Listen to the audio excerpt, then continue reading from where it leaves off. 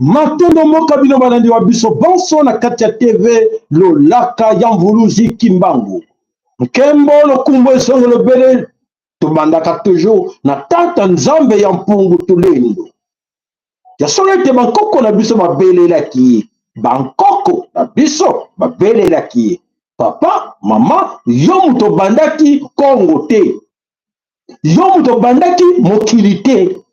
Mokili banda des siècles et des siècles avant yo ya. Boba leka liboso na yo. Oyo babelelaki nzambe tata, luka oyeba. Babelelaki ye, po ete bazalaki ba intellectuel. Babelelaki ye, po ete balukaki koluka kokota banzela gauche droite ba apprendre na classe. Baprenaki na classe te. Mais bayebaki ke soki baexistaki na mabele wana, bazalaki na bomengo na mabele wana, bazalaki na connaissance na mabele wana, ya solo loba ete mokeli azali. Oyo akelaki bango azali, oyo abatelaki bango azali, oyo apesaki bango mayele mpe bwanya azali. Ya solo ete bankoko na biso babelelaki ye nzapa nzakomba kongo mongali vidi mukulu mungu baba mungu wa milele nzambi gaungu kalunga babelelaki ye. Eyaki maseki te po ete moto moko ta alekaki na bisiko nyonso na 4 coin ya Congo po ete alobele bobengaka ye boye bo te. Nzambe nde alakisaki bango ngai kombo na ngai boye bobelelaka ngai boye ete bayeki koyeba. Me biso boluki na biso tokomi koluka tobelela ye Jehova Jire bakombo nyonso oyo otuna monoko nini okasi na monoko ya bajuif te o na monoko nini bobelaka o na monoko ya babebisaki biso yango tokobenge na totangaki na passage na bible te bango batangaki bible te bebe kotanga te me babeleki na bakombo wana ete badivinité na biso balakisaki baoyo bakoko na biso ke bobelelaka ye na kombo boye so bobeleli ye akoya akoyoka bino akosunga bino ebongo biso toluki toluka tokende epai ya bafranmason boye bayebaki nzambe te boye bayebaki ke na mabele wana nzambe azali bana wana baza bana na nzambe tokende to apprendre bayaki baaprenaki lere baaprenaki na kati na mabele ya kacopa bazongaki na connaissance wana batravers bakomi na mikanda babaloli yango po epesa bango avantage bazongi nango kaka na mabele ya kacopa lere bazongi nango balobi te nzambe aza mondele te bondimela biso toza badescendant mindele bondimela biso boye e biso talaki bodole tondimi lokuta na bango ya Edom akosi biso pendant 8 siècles.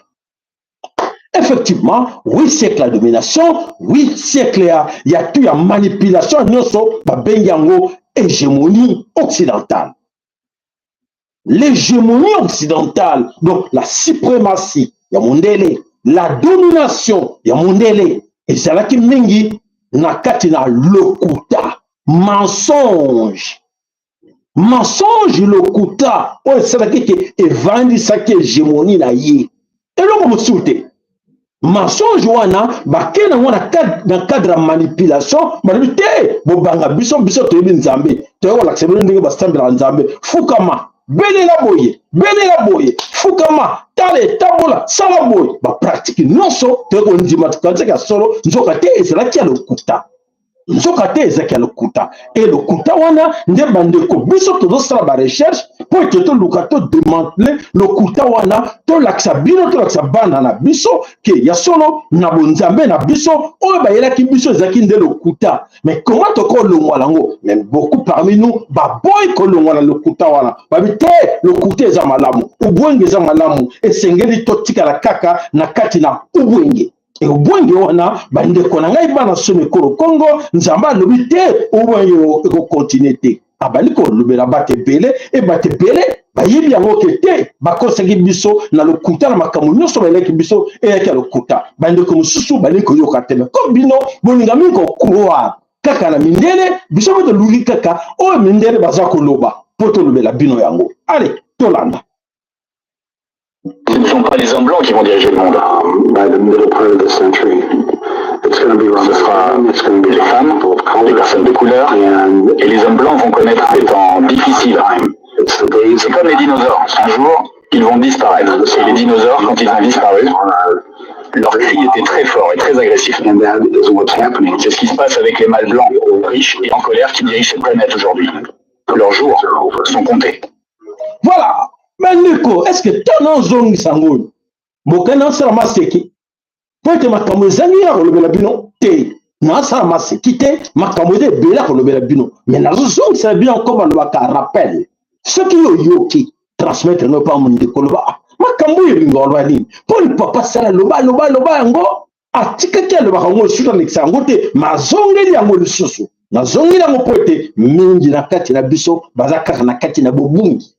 Babungi bana kati na zamba baliko bima na zamba te mais tata pa lobelinga lobela bandeko na yoko lemba bango te babima na kati na zamba mololo to ko beta ba mololo to ko beta musoko bakeno papa salo olobela ki biso ka mbala moko te wana excuse na yoko zalaka te excuse ya bandeko na ko zalaka te excuse ba nyonso na kati na biso kozala te po ete nazo répéter yango po moko na kati na bino aloba teke te nayebaki yango te olobaki yango te tokende toluka ko bolinga ke poso ya pembe soki olobi boyoka yango ale tokei mosusu balobi nini? Eh ben, voilà une vérité qui dérange et je comprends pas qu'en 2025, on puisse toujours rester dans ce mensonge. Et déjà, voilà, je préviens, ma vidéo va risquer d'offenser beaucoup de personnes. Je suis en train de me promener avec ma petite fille et on passe devant une église. Et ma petite fille me dit, maman, je comprends pas pourquoi nous, il y en a qui vont à l'église et que nous, on y va en 2025, avec notre super intelligence, notre super évolution, on n'a toujours pas compris à quel point la religion a bousillé la vie de tout le monde et qu'elle le continue là à l'heure actuelle. Parce que bien que je sois dans un pays où les églises sont désertées, dans la tête, la mentalité judéo-chrétienne, elle n'a toujours pas déserté. Et ça me fait vachement plaisir d'entendre tous ces jeunes sur les réseaux sociaux qui dénoncent les religions. Et je trouve qu'il y a plein de personnes anciennes qui devraient venir témoigner du désastre religieux que ça a eu dans leur vie.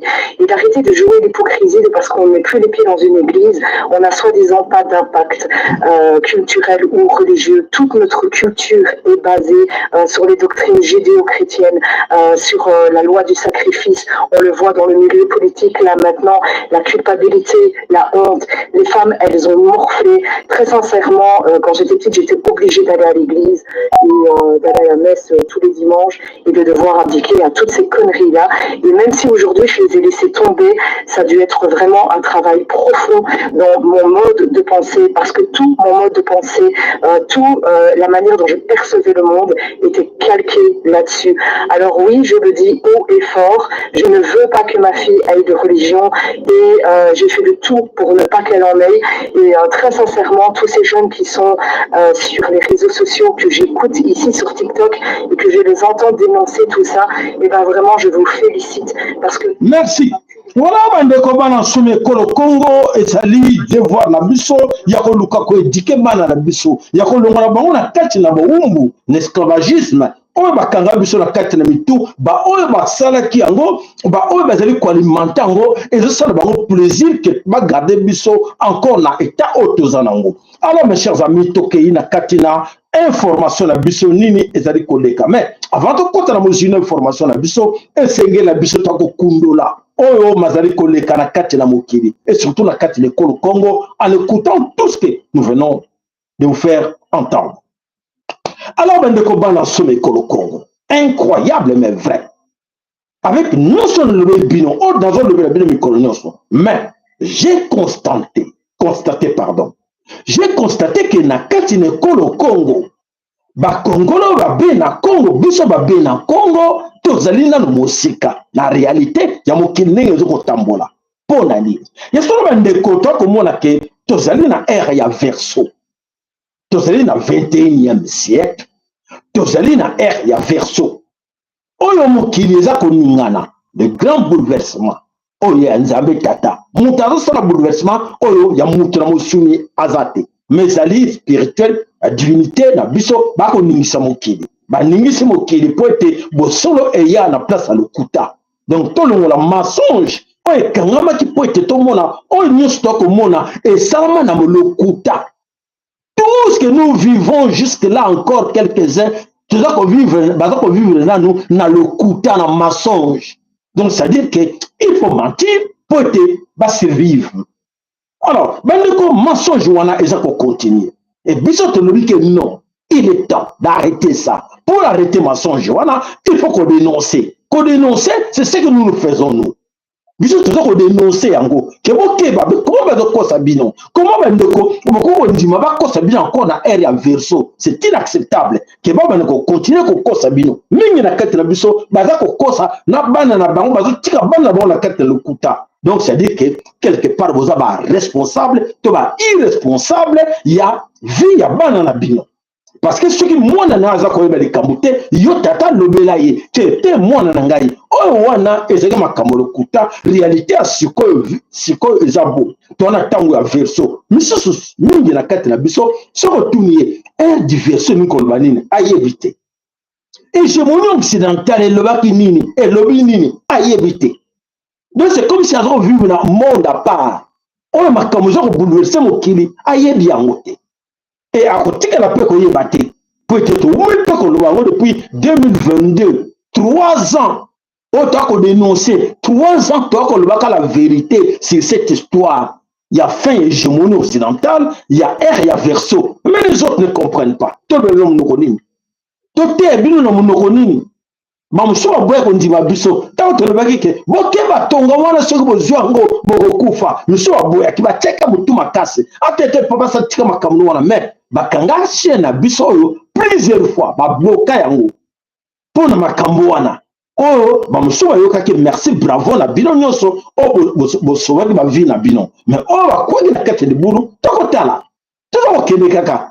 C'est grâce à Nzambe que non, balongoli bango microbe wana bacheraki bango, mais bozoka lelo vérité non c'est bimi. Ka ba koseki bango, bacheraki bango microbe na nzoto. Ba kokufa kalate, mo bano kwa le ba pigeon. Bozo eleko bima. Mais na tango on toko lo ba minga ndimela kingate. Na ko ne ba pe binote. Boza bande ko ngai esengena lo bela bino. Matondo pa na bino, matondo na ba like na bino, matondo na ba kera na bino. Ba like ba kere na bino et ça va un grand plaisir nzamba pombola moko na moko o amoni ki solo papa sala asala musala malamu pona biso nyonso po ete to sungana to longwana kati na lokuta po ete lokuta yaki na lombango et vérité ben ko yana malembe et ko sa place et donc la mwinda mo bomba mo ezate mwinde bimi o te voyez la bino ezane mwinda lumière. Soko boy ko landa lumière oyo o boy ko yoka ngo mama kufa na yo mental kufa na yo spirituel nde yango yo soko zo kangote. Voilà bande ko bana somekolo Congo encore jusqu'à présent na tango bande ko mususu balamuki balobi bango moko suka na bango ekoki balobi ke esil na bango ba sala autre mesate pour être fin hégémonie na bango monde kozala dirigé par bino par biso baindo na basi mais ba mama mususu ba bona bango pe ngana kino diriger nga te wana balobi na bango biso te ba wangani ba bona bango tabute to continue. Voilà bendeko fin hégémonie occidentale et c'est le collecte malheureusement na kati ekolo Congo l'hégémonie occidentale continue à dominer sur nous. La suprématie occidentale continue chez nous pour nanini. Oui, parce qu'il y a des éléments très dangereux na kati ekolo Congo bango bazali ko alimenter ango pour la kotika bino nyonso na kati na bobungi. Tango bazo ko manipuler bino ekolo ba champ. Tango bazali ko pesa bino ba miette ke bozala kaka na position wana. Malheur na bino ngana koloba ke ayoka kite matali poza ki distrait soki ki distrait côté distraction na yo ngana lobaki na ngai na pesi mata pote tata lobi benga bande ko na lobela bango balongwa na nzela wana ya oto koloba ya mensonge. Voilà bande ko mokili ezali ko continuer c'est absurde de voir que nous au Congo toyebi ke mokili ezali susu na le côté te mais na Congo le côté ça continuer na gouvernement na ba religieux na makambo nyonso bazo kono kuta pote bino bolamuki na nte bino na bande ko na bino combien entre vous on même ça bande qu'on a bango na Kinshasa ke ndeko to la suna air wana te bango ko sabiso combien mon côté mais so ba sengo mbongo on va ko luka ndenge to ko pesa yi pote atina bana na classe akele ko sala mais o boy ko bisa yi vérité ya oyo to za ko loba pote o sauve vie na ye o sauve vie bana na ye ah malheur na passe na ngate ezali na bela bino mikala makila bande ko na bino eza na maboko na ngate na maboko bino moko pote boko bombela boko la vérité lobi toko tala biso na bino ndenge nini toko suka pote bo préféré bo tika la kati na lokuta oyo ya Edom oyo ayela ki biso. Alors Bena Congo oyo takoloba les Bena Congo ont compris la mafia des accords. La mafia des accords, oyo bakende ko signer na kati na États-Unis d'Amérique, ils ont compris. Alors bandeko na kanisi to baneko yokango mingi to lobela bino peu mingi que Félix ayaki na Congo, ayaki na mission. Pona nini ba souhaitaki Félix au pouvoir na Congo. Ba souhaitaki azarti. L'air va présenter qui dossier à Chilombo, il faut nous comme nous sommes toujours et encore dépendants. Il fallait battre la question, battre la banani, battre la belge, battre la américain, battre la français. Qu'est-ce que vous pensez pour cet homme? Bah, je qui dossier à Chilo, CV à Chilo, bah, il ah, c'est qui? Ah ben, c'est le fils de Félix, Etienne Tshisekedi. Ah bon, c'est son fils. Et vous prouvez que cet homme-là passe au pouvoir au Congo. Ah oui, ah mais il a quel niveau? Est-ce que ça va aller avec lui? Mais oui, bien sûr, ça va aller. Pourquoi? Pourquoi vous avez choisi Félix? Et quand il a bango, l'air va poser question, non, nous voulons continuer avec notre hégémonie au Congo. Nous voulons garder les Congolais manipulés. Nous voulons garder les Congolais naïta au bazarango. Mais on a Félix, il fait partie de la région, il y a Kassai, et que ces gens-là sont faciles à manipuler, à part les autres régions. Si vous mettez quelqu'un comme Fayulu de Bandundu, les gens de Bandundu de Congo vont pas accepter de tomber dans ces pièges-là. Non, non. Ceux qui vont tuer, Congo, Congo, na ndenge ya mafia biso de nito garder mokeli, Congo ba robo yango. Tu vas Congo très bien, peuple moko ba manipulation facilement. Ay bongo ba Swahili mais ba Swahili to influence to infiltra bango mingi to kotsa bango ba tumsuna kati wana ba koma musuna na méfiance entre bango les swahilophones et bongo bangala mais les bangala étaient déjà là tout son saka ba kongo ba kongote. Nous on a préféré prendre un Kassaïen comme ces gens-là n'ont jamais été au pouvoir tout que la bango mais on a la chance d'avoir un bon Kassaïen. Pour nous, ce Kassaïen-là, c'est le fils de quelqu'un qui a déjà travaillé avec nous dans la mafia, qui c'est Etienne Tshisekedi. Etienne a travaillé dans la mafia. Etienne a ça tout dans le Kuta. Tout ce qu'Etienne a fait pendant 37 ans de l'opposition, c'était dans les mensonges. Le Kuta dans le Kuta. Tous ces gens qui ont fréquenté l'IDPS croyaient penser que Tshisekedi a là pour le pouvoir, mais Tshisekedi dans la tête avait un autre plan. Un plan caché, un agenda caché pour être, alors, pour travailler dans la CIA, dans l'Occidentaux, pour manipuler les Congolais en complicité avec l'Empire Imatuti. Alors, là, on va présenter le dossier, on a dit, ah bon, est-ce que lui, il ne va pas combattre la Bissau? Ah oui, non, il n'a pas ce niveau-là. On va lui présenter tout. On va lui présenter tapis rouge. Comme il aime bien l'argent, il va accepter tout. Ah bon? Vous êtes sûr? Mais oui! Qu'est-ce qu'il faisait dans la vie? Ah ben, non, mais dans la vie, nous savons, allez, Touni, Boy, Bango, Belge, Kondiwana, Belge, ben oui, mettez-les, c'est un ficeur, c'est un ambianceur, il aime bien boire, il aime bien les femmes, il va accepter, il va tomber là-dessus. Alors, il faut mettre les gens tout auprès, tout à côté de lui, des mêmes classes, et comme ça, ces gens-là vont continuer à prendre tout ce qu'ils veulent. Ah ben, ça va aller comme ça. Ok, ça va aller, on va les laisser libres. Donc, ils prennent tout ce qu'ils veulent dans les caisses, mais le pouvoir, c'est nous. Voilà les Cambouilles kaki. Donc, ce qui Félix a combattu, ils ont hasardé. Et c'est là qui étudie, empire Imatuti, na occidentaux, pour être comme ça, dans la situation que nous vivons actuellement. Donc, Félix n'est pas venu là hasard. Ayaki wana hasard fruit, il y a consultation parmi les occidentaux, pour la continuité, pour le maintien, il y a système au Congo, il faut mettre Félix. Et te manipuler très bien. Parce qu'à un niveau moroté, à côté de la buisson moto. Ah bon, ok, on va le mettre. Et voilà, Bachaki Félix Antoine Chilombo. Et avec mission. Mission quoi? Alors, de contrôler, parce que déjà que Bisso, dans le niveau, il y a Hippolyte Kanambe, notre armée était déjà infiltrée. Biloko nyonso au Kabila Salaki, il fallait continuité ça là. Mais pour nous distraire un peu, mais avec la continuité des mêmes missions que Hippolyte Kanambe. Et la mission c'était quoi? Voilà. Il faut l'armée Nabusso et ça l'a toujours maintenu entre les mains de Tutsi. Effectivement, l'armée a été et toujours maintenant entre les mains de Tutsi. On voit que Tutsi a infiltré sur la carte armée, faiblir armée, tout ça la forte, tout ça armée. Armée Nabusso est gérée par Kigali. Jusqu'à présent. Alors, deuxième mission, affaiblir l'administration.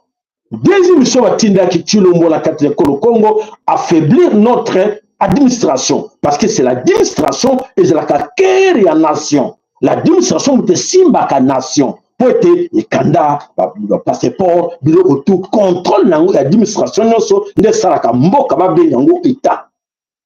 c'est l'administration et c'est la justice, c'est l'administration. Alors, c'est tout, casser en non, l'administration et c'est la jungle. Voilà, là nous sommes, des émissions Félix et Koki, Tozali Wana et Bakistan. Non, mais comme que ça l'affaiblit, à légitimer, occupation rwandaise. Empire Imatuti, na carte de Congo. Et voilà, l'occupation est là. Et aujourd'hui, donc, oui, comme troisième mission, Balobi a facilité la balkanisation du Congo. Allez, voilà, la balkanisation du Congo. Yangona, Oazako Salalelo, Obozako Yoka des accords signés à gauche, à droite. Alors, nous, Sowana, Ezali, Oyo, mission, Bapesaki, Félix Antoine Chilombo, comme Bayebaki, qui est à Moutmoro, à distraire beaucoup parmi ses frères Kassaïens, il faut bien dire ça, Kassaïens, à distraire Bango, un peu comme c'est un juisseur, tribaliste.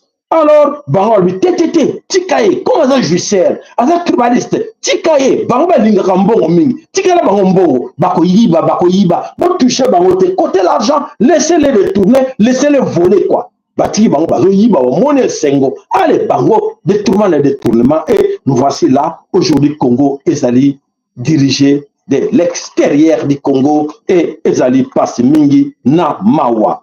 Alors, on a fait le Congo, Ezali passe mingi na mawa, Tokei, Nabilili, Tope Sabino, Nini, Ezakoleka, Nakatina, Mabele, Kolo Congo, Yako Yoka, Nyonso Oyo, na leveli bino. Ya solo Makambo, Ezako Kende, Nandenge, Esengela Kekebete, mais ya solo, Poete, Bandeko Epele, Oyo Basali ko soutenir. Makambo Chilombo azali koloba na ba ndeko na ye. Allez, c'est parti.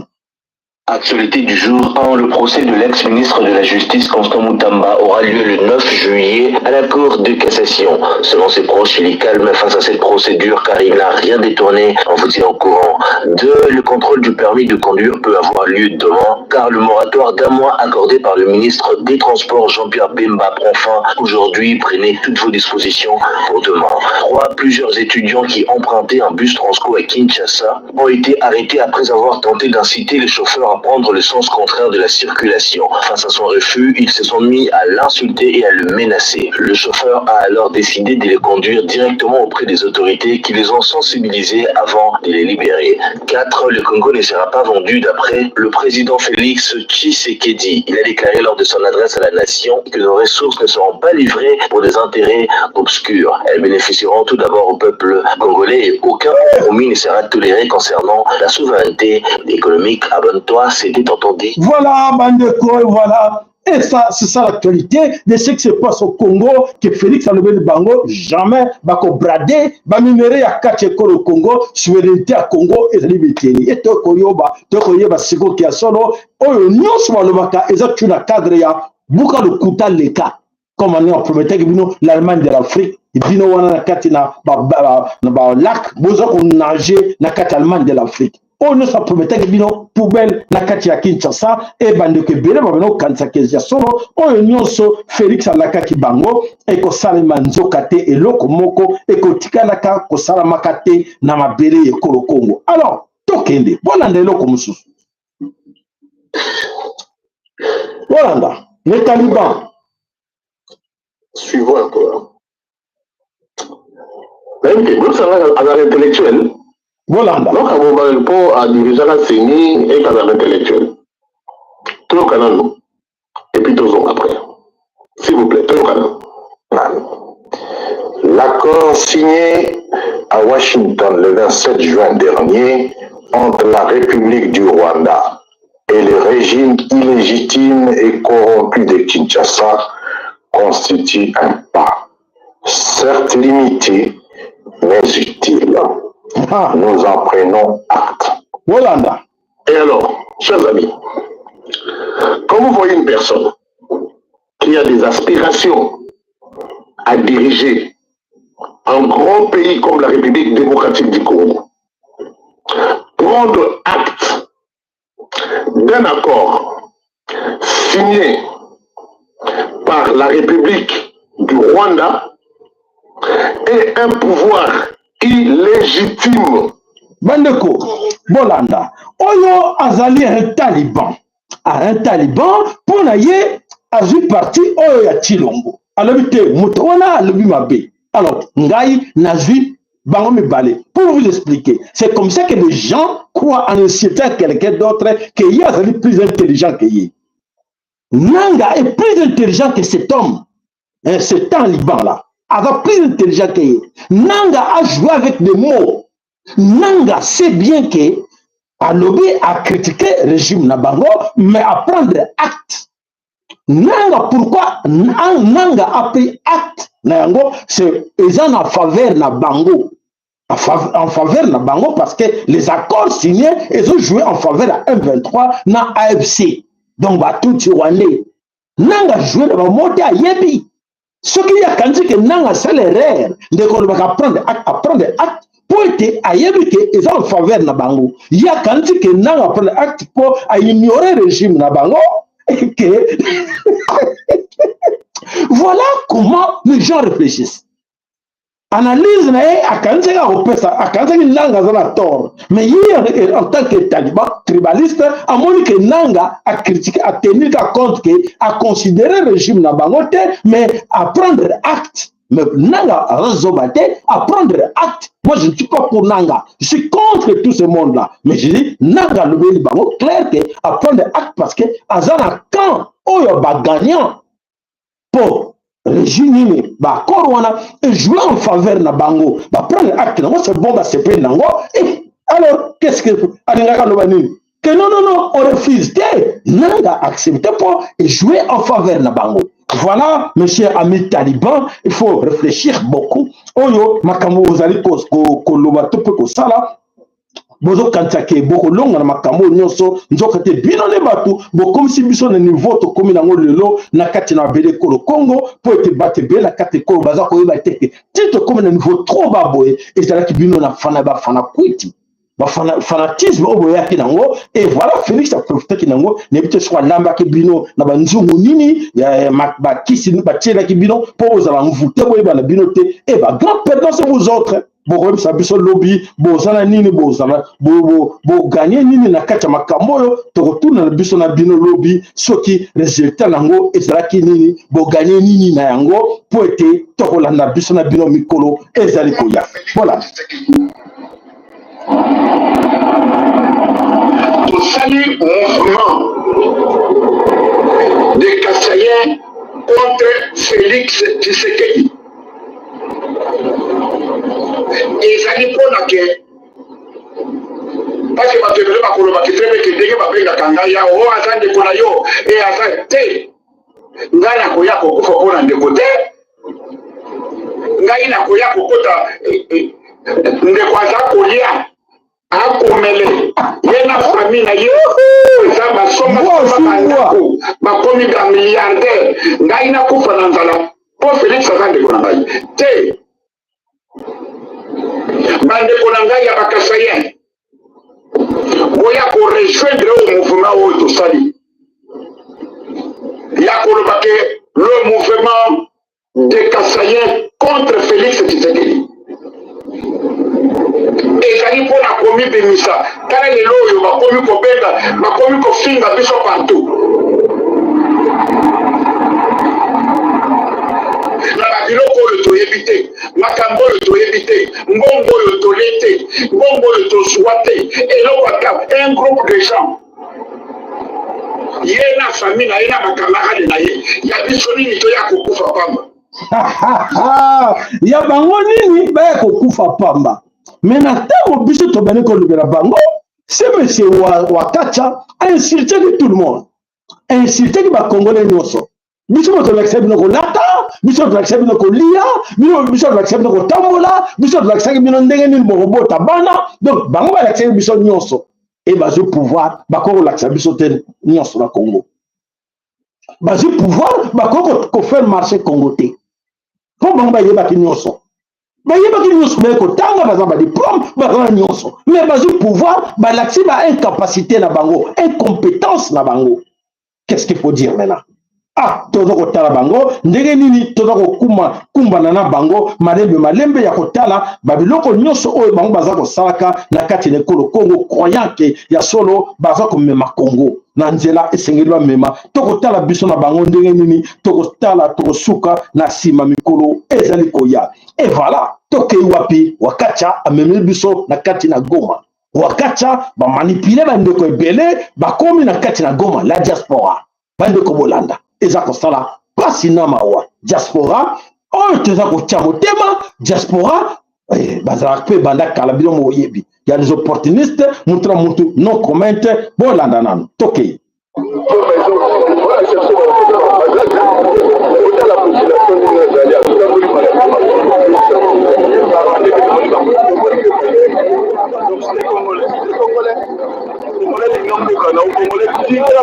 réseaux sociaux. Manipulation est dans les réseaux sociaux, et là, orchestré par le pouvoir de la tribalisme, on va utiliser pour intoxiquer l'information, le pour désinformer. Nous sommes venus de la diaspora, nous sommes venus constater par nous-mêmes les faits, et nous l'avons vu. Nous avons passé par Kigali, on est rentré à la frontière, et là, on est à Goma. La vie de Goma vit. Nos frères sont là. Regardez, ils sont là, ils sont tranquilles. Alors on doit maintenant réfléchir comment développer Goma, développer les Congo. Et c'est le sens de la présence de la diaspora aujourd'hui le 30 juin. Voilà. Il y a toute une cérémonie qui sera organisée après. Nous sommes dans la dynamique d'action et nous allons continuer à échanger directement avec la population pour comprendre et maîtriser le besoin. Et c'est de là que nous allons apporter des réponses. Donc la diaspora est là, il y a des agendas qui sont super chargés de renouveau. Donc à partir de demain, on va commencer à faire des déplacements. Il y a Maman qui est là, qui la connaissez, c'est la coordinatrice de la diaspora, responsable de la diaspora, donc elle a avec nous, elle a pu se faire avec nous. Depuis hier, on a réussi à sillonner, d'aller de quartier en quartier, constater par nous-mêmes le fait et nous avons vu que la ville est tranquille.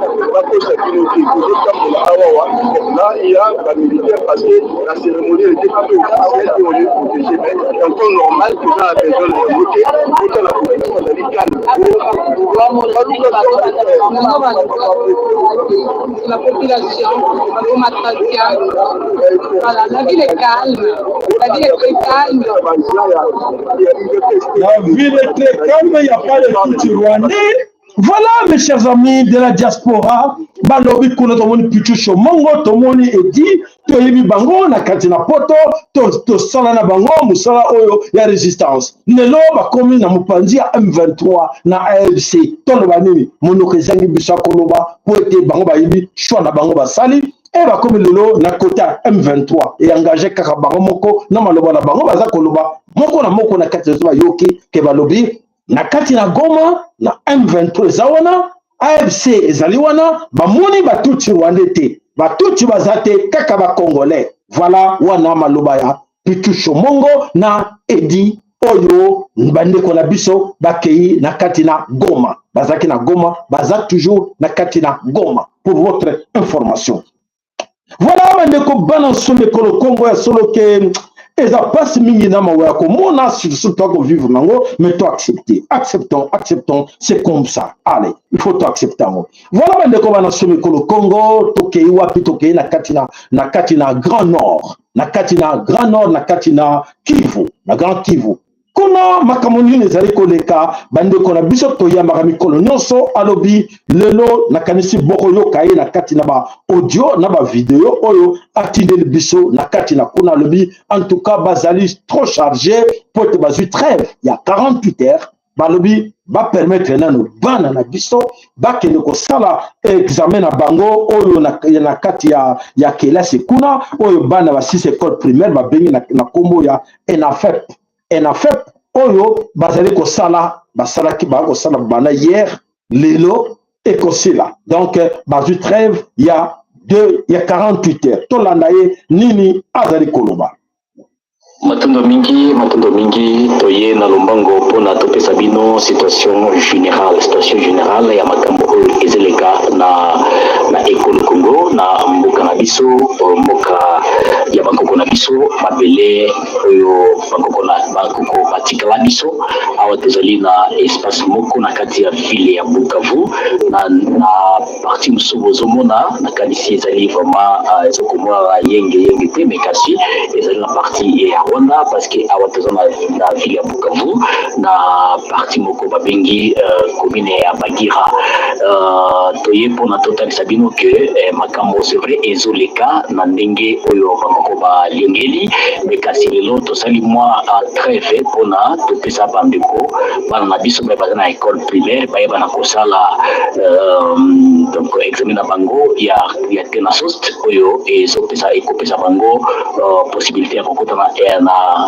école secondaire na yango wana siki mobimba na pite bipai nyonso tosalaki mwa trêve po topesa bana chance ya kosala examen donc baposition nyonso eza na calme po epesa bana possibilité ya kosala examen na bango na ndenge ya kimia esalemaki lelo na lobi te mais kasi na ville ya Goma pendant lobi na territoire ya Tchuru makambo ezalaki vraiment ya kobeba mais kasi nakanisi ke na kati ya émission ekolanda tokopesa bino badetail nyonso na makambo elekelaki kuna mais kasi nzambe ya makolo na biso azosunga biso tozali kosala nyonso mpona toyebana kokengela mabele oyo bankoko bapesa biso awa ezali moko ya bapanzi sango balobeli ya bana oyo bazobondela mabele ya bankoko na biso matondo mingi baba journaliste tokanisi bayebanso baza na kati ya diaspora bazolanda biso malamu mpe bayeba ete toza na posa basunga biso parce que makambo ezolinga donc eza na posa ya kosoutenir biso parce que sur le terrain makambo ezali ebele eza ya koina mais mpona tosala likambo oyo ya mutuya ezosengaka tozala na soutien ya moko na moko bipai nyonso bozali nzambe bakola biso asunga bino matondo mingi ingeta kokiele ezaki ya bino moko na kati ya bapanzi sango ya maloba ya oyo tosala na kati ya terrain mpona tokunda ekola biso mabele ya mama Congo.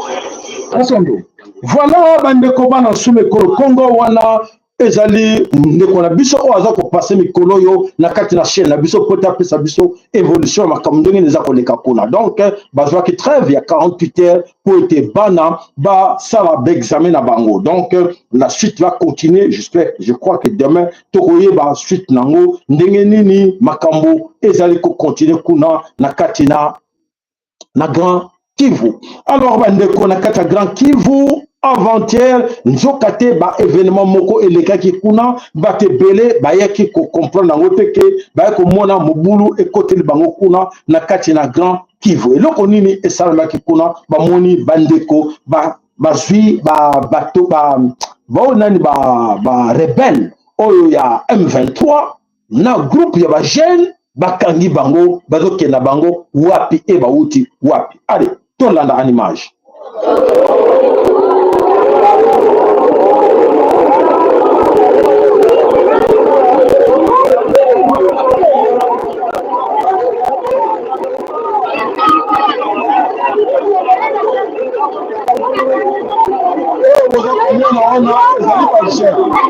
bajene oyo bauti na kati na bacarrière bajene oyo basedebriaka mpona kolesa bafamille na bango quotidienne.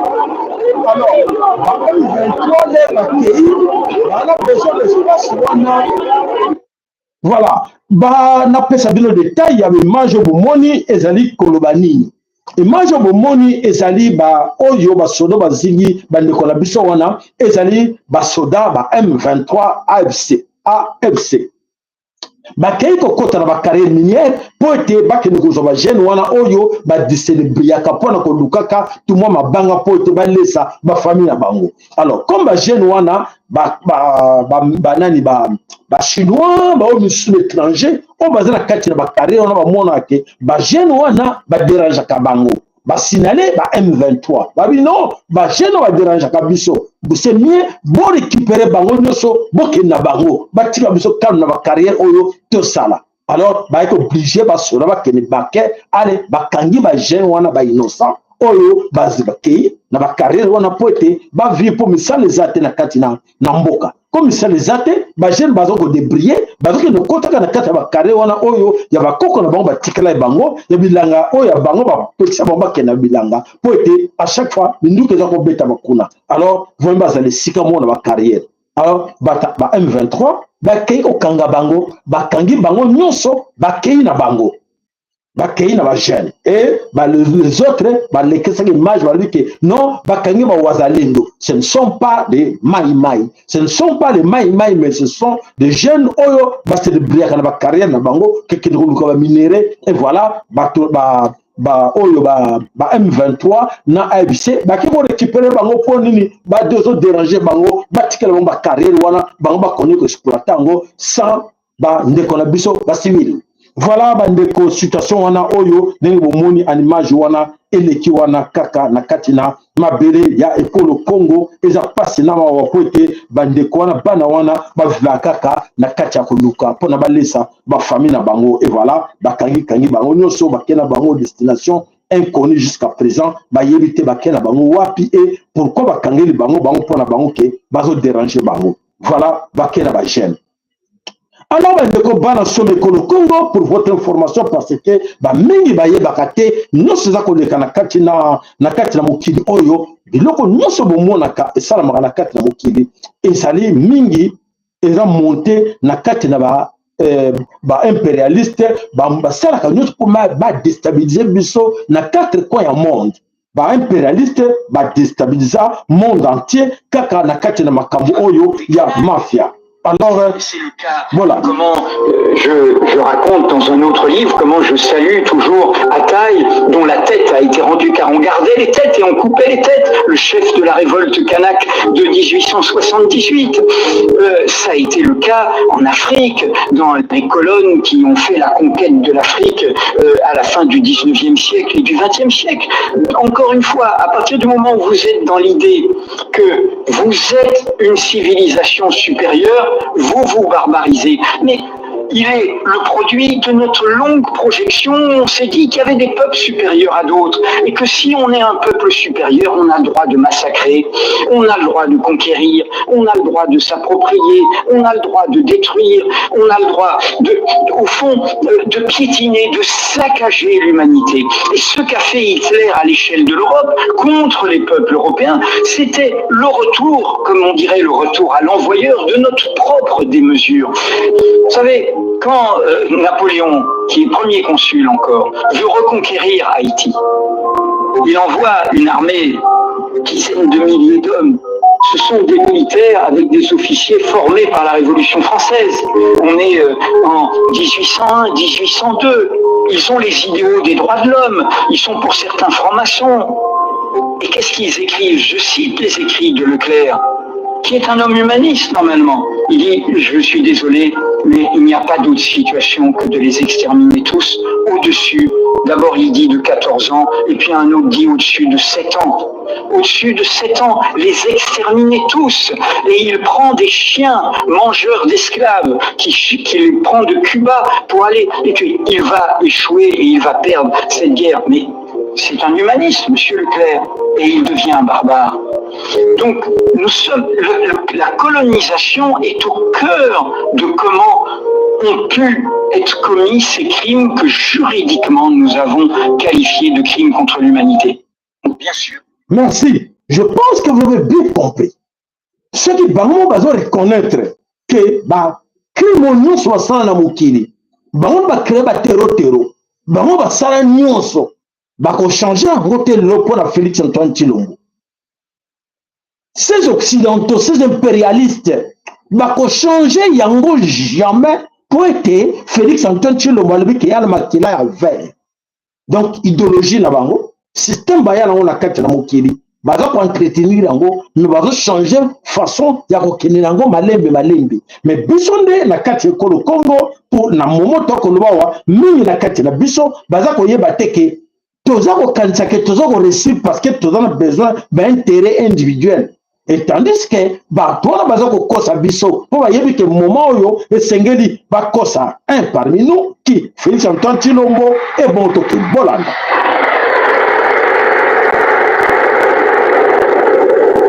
Nous leur avons administré des leçons comme il faut. Même pas. Vietnam.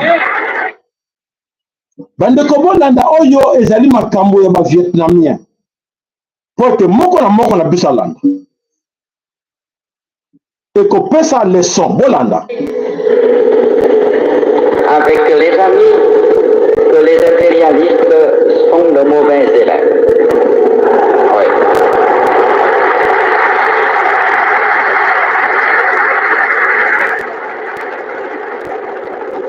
Nous leur avons administré des leçons comme il faut.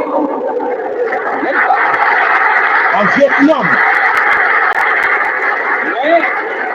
Mais ils apprennent mal les leçons, bien que ce soit des leçons de portée historique, la débâcle en Algérie, à Cuba, la débâcle cinglante au Vietnam, eh bien,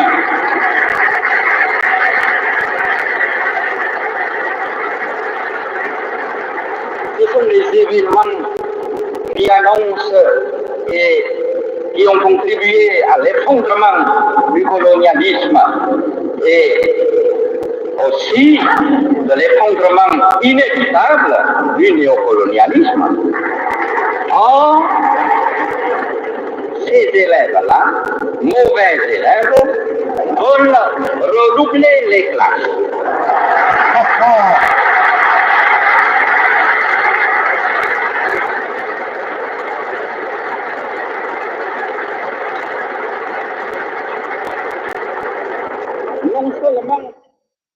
Voilà bandeko na Vietnam boyebi bino moko na kanisi mingi bayebi histoire bayebi ke ba Vietnamien basakanaki na ba Américain bakimaki Vietnam ntango ba Américain bazwaki fibo na bango na kati na Vietnam bakataki na kati na Vietnam mpo na nini po ete ba Américain balakisaki babandeko balakisaki orgueil na bango suprématie na bango ndenge balinga bajouer na Iran et balobi ke non nous ne sommes pas des Congolais hein. Si vous jouez avec les Congolais, vous allez aller jouer avec les Congolais qui sont des femmes, pas nous. Hein. Et voilà les leçons au Bapesi Bango. Nenga Bapesi qui Bango na Vietnam, on a joué bino, image ou on a pas comme ça bino que oui, il y a des peuples na kati na monde, ba comme bazalo comme ni amate le quoi la biso que tu dois comprendre te évolution monde qui nous a kokende. Et biso tu dois connaître que pesa ba beki pour tout l'accent bango que oui, baza toujours ba maître na biso, ba chef na biso. Nzoka te mokiliza na grand bouleversement, oyo ke na kati mokili bato ebele, ba ko dimate oyo za ko lekama na kati na Congo. Au Cambodge, en Afghanistan, en Irak, en Yougoslavie, en Syrie, en Libye, en Amérique du Sud, au Nicaragua, à Haïti. Et pourtant, si vous prenez un livre de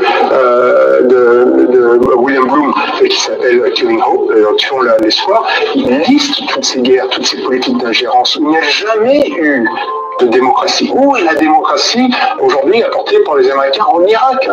Sur les ruines de l'Irak est né l'État islamique.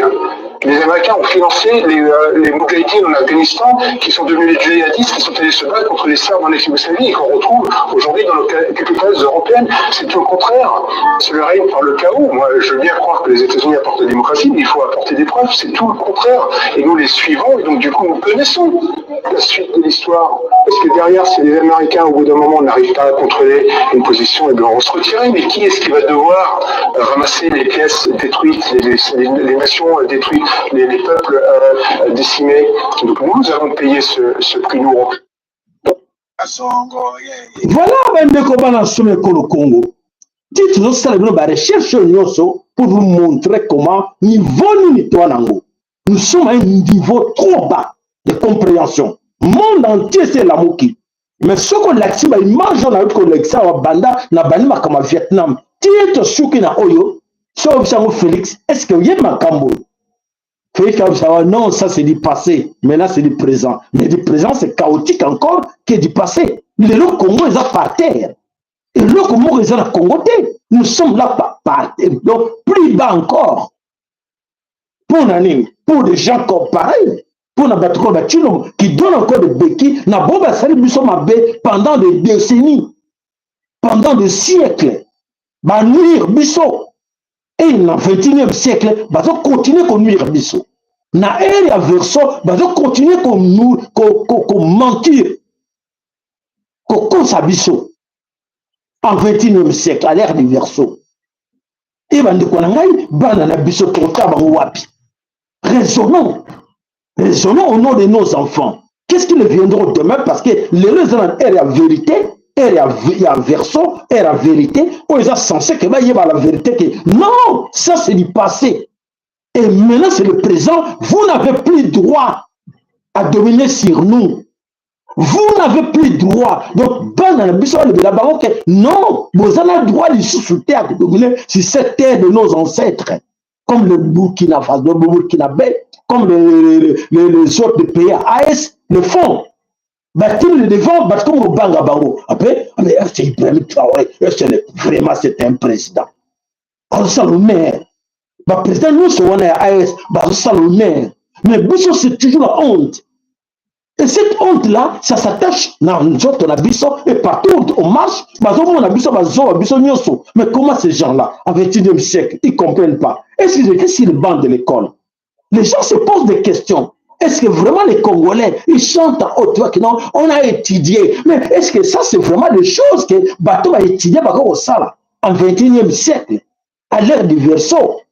Voir des choses pareilles. C'est honteux. C'est honteux de voir ça au XXIe siècle que, oui, quelque part au monde, dans un pays qu'on appelle le Congo, et les Américains sont là, ils vont gagner 60% des minéraux du Congo. Mais voilà, mensonge, menteur, comme tu l'as dit. Non, non, non, non, les minéraux du Congo ne sont pas bradés. Non, nous sommes souverains. Mais dans l'entretemps, il a signé donner 60% des minéraux du Congo aux Américains. Donner 25% des minéraux du Congo ou 30% aux tout Rwandais. Et nous, il nous reste combien? 10%. Vous imaginez? Comment est-ce que demain, vous allez expliquer à vos enfants que oui, on était là? Oui, c'était quand? Oui, c'était le 27 juin 2025. Mais papa, tu étais là, tu étais mort, tu étais... Non, non, on était là, on a vu ça. On nous expliquait ça à la télé, les gens en parlaient, mais on était impuissants de dire non. Où étaient vos députés, vos sénateurs? Non, ils avaient pris le pouvoir parce qu'ils étaient corrompus. Et les enfants de députés et de sénateurs seront là. Et mon père, c'est à cette époque-là, il était sénateur, il était député. Et qu'est-ce qu'il a fait? Ah non, non, pour lui, c'était Félix qui avait l'autorité, un chef suprême, il avait tout droit, il avait droit à tout. Donc c'est à lui de juger, d'accepter, de refuser. Ah bon? Dans la jungle ou dans une nation, c'était passé ça. Là-bas, n'a pas aucun mois biso. Il est une époque, n'a biso. Et que, basali biso, baso la makambo, baso signé ba corps, la présence yangana yo. Et nous sommes impuissants de dire un mot. Vous êtes vous autres, parce que vous ne bougez pas, vous faites rien. Et ils en profitent quand vous ne faites rien. Bilan, c'est sérieux pour ça. Oui, moi, ce que moi je fais, c'est la lutte. Je dis non à ces histoires. Naza ko le kami kolon ko loba. Mais yo tata yo maman ozo sala nini? Yo papa yo maman ozo tala kanyi maboko ozo kutala. Ozo sala nini pour la nation wana? Ozo décider quoi pour cette nation? Oh yo kotika la banana yo lobby. Banana va continuer ko bunda bitumba oyo na empire imatuti. Oyo ke yo en ce moment ici au lobby bon écoutez, bon nous avons des éléments. Banana biso ba lobby baza prêt, c'est la vie ou la mort pour la mobilité pour la mboka Congo. Qui sont nos enfants là, les maïmaï? Babi, nous n'avons plus l'armée, l'armée est entre les mains de tous ces Rwandais, c'est dirigé par les Ouest, dirigé par les Occidentaux, on brise l'armée, soi-disant c'est Tobo Sanango, Tobo Sanango commandement wana. Mais nous maintenant, comme ils ont compris, avec voilà, organisons-nous pour lutter, pour défendre la nation, la terre. Bissotundimi, donc Bango Bandimi, va défendre la nation. Ah bon? Alors, qu'est-ce que vous avez besoin? C'est à nous de poser cette question-là. C'est pas Bango, Bandimi, va défendre la nation et Bango Mokosu va solliciter Bissot. C'était à nous de s'organiser pour dire, ah mes frères, ah monsieur, merci pour votre confiance, merci pour votre détermination. Comme vous avez accepté, moi je suis là, je ne peux pas aller parce que je n'ai pas pris cette formation-là pour devenir militaire ou maïmaï, mais comme vous êtes là, moi je vais vous aider. Moi, je vais vous aider. Mais vous ne savez rien pour aider ces frères-là.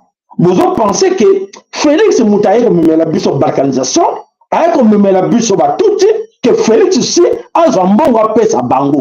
Vous avez raisonné? Est-ce que nous réfléchissons? Est-ce que vous pensez que Félix peut faire ça? Oh non, mais c'est l'armée là, le gouvernement congolais. Mais le gouvernement congolais est complice. Il y a aussi un bon rappel à Bango.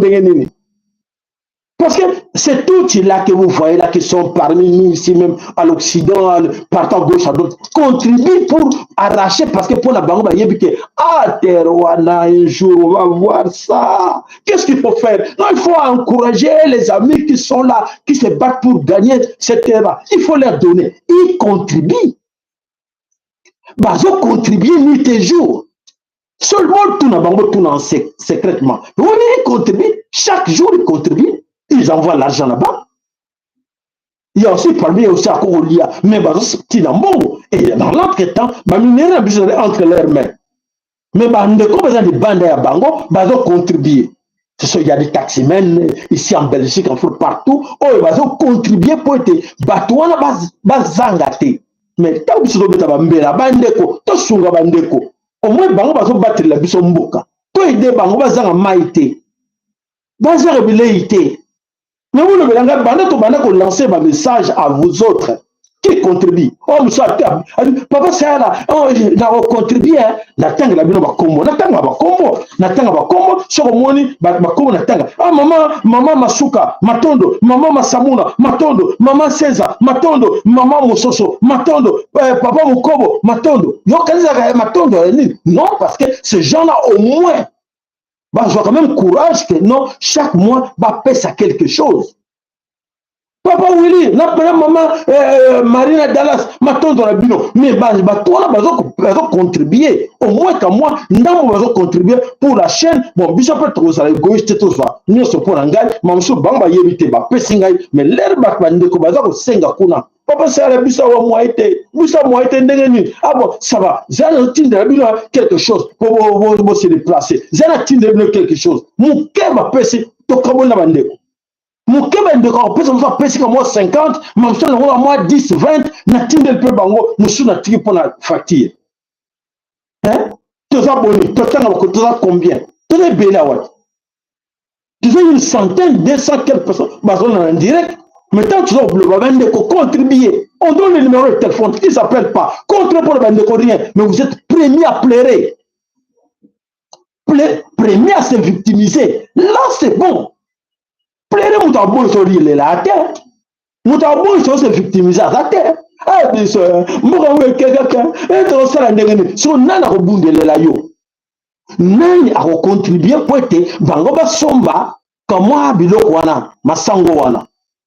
nani akende kopesela nani akopesela yo mbongo mpo mboka nezali ya yo ke wi tika nano ndeko so nga na leli ndeko akokomprendre nga ye nde akocontribue mpo ete bandeko na ngai oyo basomba bilei kuna basomba mai basomba biloko ya kolia mpo ete balia lobela ngai soki oleli ya bandeko loba lela oleli no bayebi biso atika bango baba justière balelaka na bango balela olela yo na nani totika makambo kolela to raisonner comme battu mais non on est capable si on est capable okende kobunda na champ de bataille te on va contribuer contribuer à quelque chose.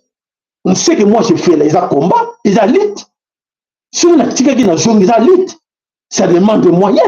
Vous pensez que la lumière est un hasard? Il faut acheter des projecteurs, il faut acheter des caméras, il faut acheter des micros, il faut payer les factures, tout ça. C'est pas gratuit.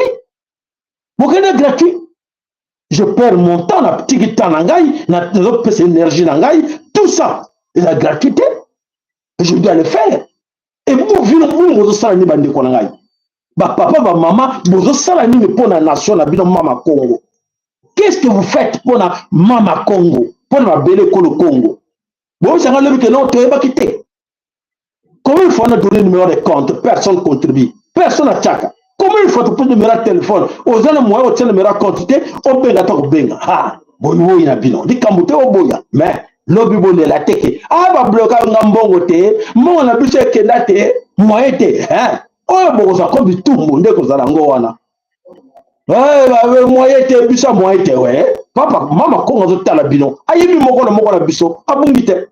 Toi, il m'a toujours bundelaye. Oh, baza comme opportuniste ayebi. Oh, non, soit seul buka peka ke non, balela kana bango. Oh, lela ta o leli o toni si tono a mai muta ko yoka yo azati. Pour préva. Ngona Félix azoli yo kola bango na Congo. A bazo lela kuna. Nana yoka bango. Bazo lela yoka bango. Muta ko bango azati. Bazo lela e lobby botuna te. Boya mbangu teke papa sala ngai to bono landa yote obono mona ko mona ko leka te ko nani ngape liste nange sala kapete yo ba liste ko longwa liste yo ba liste nazara ngo banda to banda na chaka ngona ba nintu na ko birusa comment papa c'est qui encore oh comment nanga bo mama ba mika tenga ba mika te nga mama non na yote mama tenga na ba ko landa yote na te ko bano landa c'est bien bon on va tu vas commenter c'est bien bon tu contribues à quoi qu'est-ce que tu donnes pour le Congo bande ko bato tumsa ya de fo mbongo na ngana futa ba facture na idepe bango sukuna bande ko bo soka o bo mekana to straka bo te po biso ki fere to tinda ba bana ba kene sika bo bonina ba ka mi colonne sur la chaîne bonina to ba mi colonne sur la chaîne comment le fanga mo na kei comment le voyage na sali ya ko joka vient ko kendaka ko zonga ko kendaka ko zonga pour organiser les choses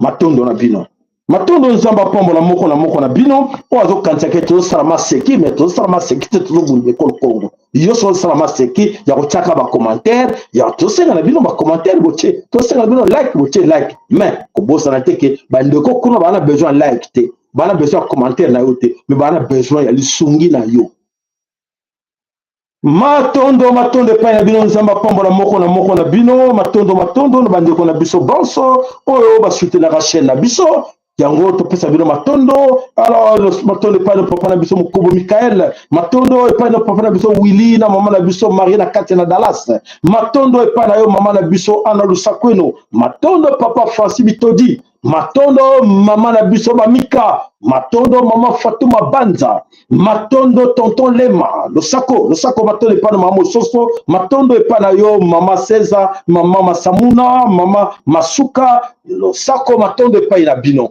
omone to suika wana kaka ba wana alors tu as peu obligé à remercier bango nzamba pambola moko na bino kutani mokolo lobby ezali mokolo ya mama Kipa Vita ndona mokolo na ye lobby toko ya po ete to pisa bino o eza koleka à gauche à droite na pe to meka ko tala ndenge nini sengeli to loba pona mama Kipa Vita le 2 juillet kembo ko mezo na bele pana bino allez to kutani lobby ingeta ibobo